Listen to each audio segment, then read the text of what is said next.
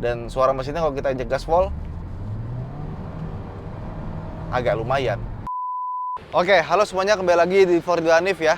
Kayaknya kita mau bahas mobil yang dulu harganya mahal banget. Asli, HR-V 1800cc dulu pertama kali keluar harganya 360 juta ya. Tapi sekarang kalau dibandingin sama mobil 1500cc HR-V yang sekarang, yang bukan 1800 atau bukan yang turbo, sekarang udah 400 juta juga. Bahkan X-Force, Creta, dan kawan-kawan itu juga tipe tertingginya udah di atas 400 juta. Jadi mobil ini sekarang terasa murah dan harga bekasnya juga masih bertahan. Ya, ini dijual dengan harga 250 jutaan, gue lupa tempatnya berapa. Jadi kalau kalian tertarik atau kalau unitnya masih ada, bisa kontak ke garasi gubernur yang ada di deskripsi di bawah kontaknya. Nah, ini mobil dulu pertama kali keluar ya, desainnya itu keren banget sih. Makanya laris. Dan mobilnya itu bener-bener nggak ada lawan. Artinya kalau sekarang HR-V ada Creta, ada X-Force, ada Yaris, Cross, dan lain-lain. Dulu HR-V sendirian, nggak ada lawannya. Dan gara-gara HR-V keluar, Honda Jazz penjualannya langsung turun, HR-V naik, seret gitu. Nah, di varian 1800cc ini bedanya ada di lampunya. Lampunya ada 2 buah proyektor. Kalau yang 1500cc biasa tuh masih halogen biasa ya, jelek banget. Nah, makanya kalau HR-V yang lama, yang 1500cc itu banyak diganti lampunya ke lampu prestis atau di facelift sekalian yang full LED. Sama bumpernya sebenarnya sama, tapi kalau untuk yang prestis itu dicat sewarna body, termasuk juga body molding di samping-sampingnya semuanya dicat sewarna body. Nah, yang lucu adalah ini nih, peleknya. Dan ini kayaknya pemilik sebelumnya, ini bannya kan masih bagus banget nih ya.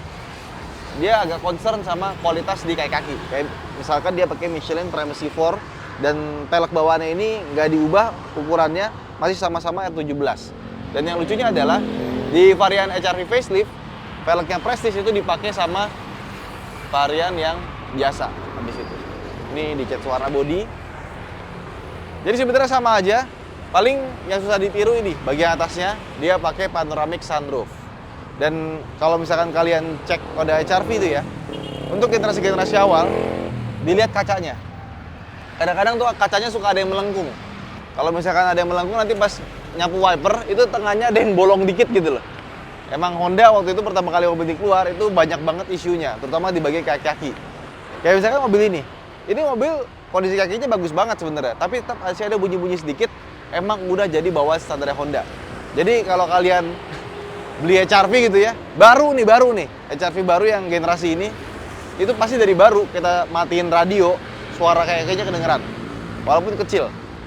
Terus di sini ada footstep tapi tambahan, cuma warnanya udah mulai belang ya. Sama juga aksesoris tambahan ya.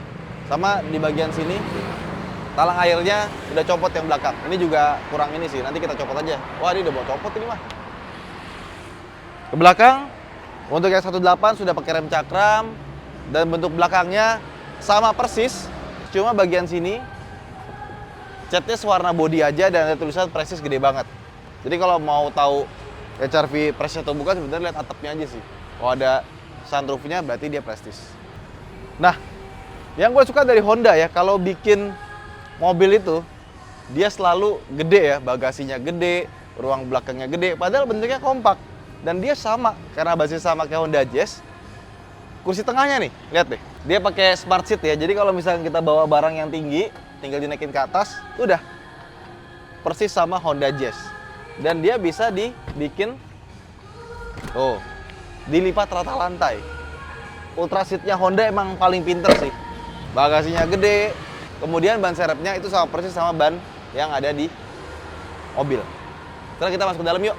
Ini mobil pertama kali keluar ya, itu keren banget sih asli. Fiturnya banyak banget ya untuk di zamannya, karena dia udah ada electronic stability control, electronic parking brake dengan auto hold, push start stop engine button, AC-nya juga ada digital, ada pedal shifter. Terus ini yang bikin berasa mahal. Jadi waktu itu harga hampir 400 juta, ya wajar sih, karena perlengkapannya emang banyak banget. Dan ini nih, speedometernya awalnya sih keren ya, pas Honda Mobilio facelift, jadi sama kayak punya HR-V ya, jadi nggak kelihatan keren lagi. Cuma secara pemilihan bahan dan kawan-kawan ya, di sini bannya empuk, di sini empuk, jet-jetan palsu. Sini juga kalau yang varian Prestige dia pakai kulit di bagian sininya, sama kejoknya juga full kulit, bukan setengah-setengah. Ya emang rasanya untuk zaman dulu tuh bagus gitu. Airbagnya juga ada 6. Tapi yang gue bilang tadi, Build quality-nya ada beberapa yang kurang konsisten ya, terutama di bagian sini gerak-gerak dan kawan-kawannya. Tapi ya udahlah ya. Untuk zamannya harga segini sih lumayan. Dan mesinnya 1800 cc juga gitu. Bukan mesin 1500 cc yang di body segede gini ya lumayan lemot gitu. Kaki-kakinya masih empuk, masih bagus. Cuma seperti gue bilang, kalau kita lewat jalan keriting itu ada suara-suara khas Honda. Bukan karena rusak, bukan, emang Honda ya begitu gitu. HR-V itu begitu penyakitnya. Speedometernya nih ya, kalau kita bawa jalan berubah-ubah, hijau, merah, kuning ya. Kalau lagi berhenti idle karena dia makan bensinnya banyak gitu ya, langsung jadi merah. Tapi pas kita bawa jalan, kita lepas gas, dia langsung jadi hijau gitu. Karena menandakan bahwa wah ini posisi yang paling hemat nih ya. Head unitnya ini masih sederhana sekali ya, meskipun dia sudah punya Bluetooth ya. Ada kan? Nah, ada Bluetoothnya. Kalau yang 15 dia belum ada Bluetoothnya sih. Jadi udah touchscreen juga tapi masih sederhana banget. Dan untuk yang facelift itu yang jadi keluar gitu ya. Jelek banget sih. Dan mobil ini dia punya peredaman kabin yang bisa dibilang nggak seperti mobil 300 jutaan pada zamannya gitu. Ya, kalian pasti berharap peredaman kabinnya bakal bagus, nggak? Ini suara samping kanan kiri belakang gitu ya, kerasa.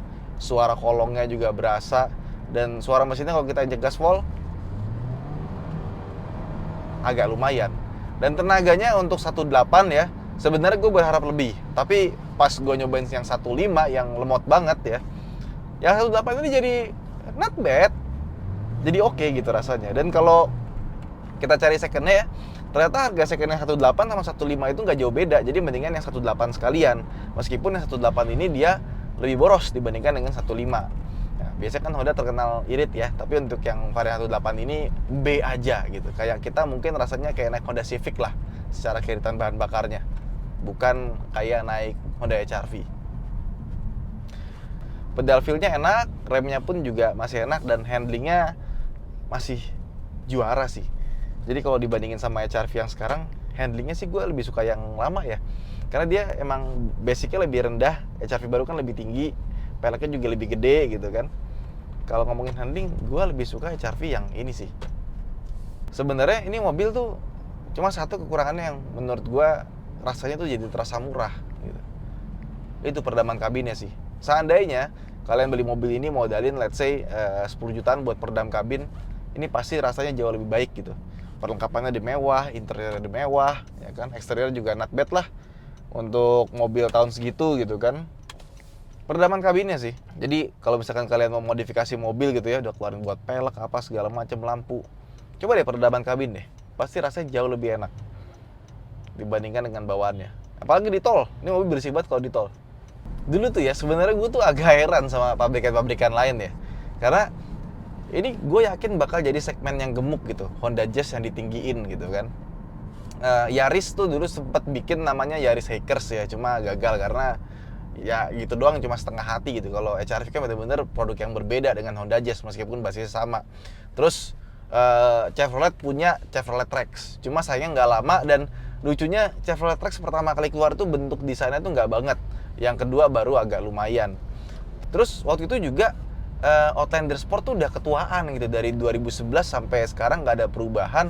Dan ketika masuk dari Outlander Sport ke HR-V, itu rasanya HR-V ya jelas dia lebih mewah, lebih bagus, featuresnya lebih banyak.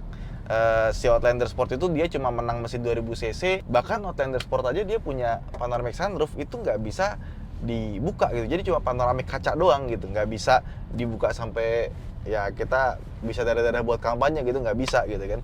Dan HR-V ini datang waktu itu featuresnya lumayan banyak meskipun ya berisik sekali mobil. Jadi kalau misalkan sekarang segmen ini sangat gemuk ya, ada Yaris Cross, ada X-Force, ada Creta dan kawan-kawan, ya gue bisa paham sih, gue bisa wajar karena orang zaman sekarang udah nggak begitu suka beli hatchback, dan penjualan hatchback di seluruh dunia pun juga menurun. Semuanya berganti ke crossover macam ini. Dan dulu ada tuh CX-3, cuma CX-3 mahal banget, 400 jutaan karena dia punya mesin 2000 cc dan interiornya itu lebih sempit dibandingkan dengan ini nih Honda HR-V. Karena CX-3 itu dalamnya benar-benar Mazda 2 plek-plekan, cuma dibikin tinggi. Kalau misalkan dulu keluar yang 1500 cc atau harga jadi samain sama HR-V ini, mungkin dia punya chance yang lebih tinggi buat ngelawan si HR-V ini. Jadi begitulah Honda HR-V Prestige ya, mobil yang fenomenal dan mahal pada zamannya. Cuman setelah waktu berlalu gitu kan, karena features memang banyak yang ditawarkan, rasanya jadi nggak sekuno itu sih. Even ini mobil sebenarnya tahun 2016 ya kan, udah cukup tua gitu. Tapi feature-features ya dibandingkan dengan mobil zaman sekarang paling cuma kalah di Honda Sensing-nya aja ya. Itu aja mungkin vlog kita kali ini. Jangan lupa untuk like dan subscribe. Saya Danif, sampai jumpa di vlog berikutnya. Dan buat teman-teman yang punya Honda HR-V Prestige, coba komen seperti apa rasanya dan bagaimana merawatnya. Sampai jumpa di vlog berikutnya. Bye bye.